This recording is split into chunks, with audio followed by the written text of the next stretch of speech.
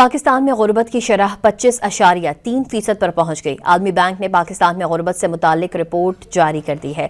آپ کو خبر دے رہے ہیں، پاکستان میں غربت کی شرح 25.3% پر پہنچ گئی ہے۔ عالمی بینک نے پاکستان میں غربت سے متعلق رپورٹ جاری کر دی ہے۔ عالمی بینک کا کہنا ہے کہ زرعی انکم اور دیگر ذرائع آمدن سے غربت کم ہو رہی ہے۔ عالمی بینک نے پاکستان میں غربت پر رپورٹ جاری کر دی۔ مزید تفصیل جانیں گے طاہر شرانی سے۔ جی طاہر شرانی۔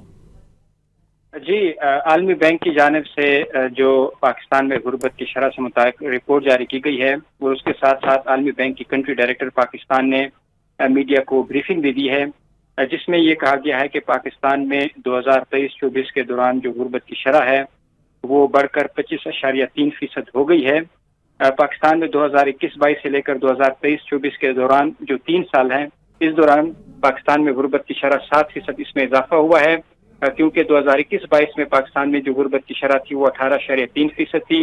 2023-24 میں یہ بڑھ کر 24.8% اور اس کے بعد 25.3% پر پہنچ چکی ہے۔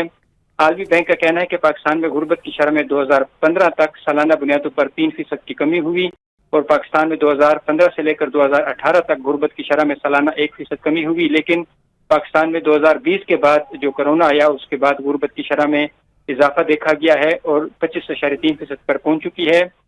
عالمی بینک کا یہ بھی کہنا ہے کہ 2001 سے لے کر 2015 کے دوران جو غربت کی شرح ہے وہ 64% سے زیادہ سے کم ہو کر 21.9% پر آ گئی ہے، اور اس کے بعد اس میں دوبارہ اضافہ ریکارڈ کیا گیا ہے۔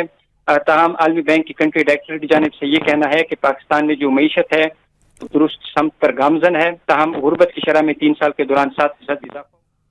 طاہر شرانی اپڈیٹ کر رہے تھے، آپ کا شکریہ۔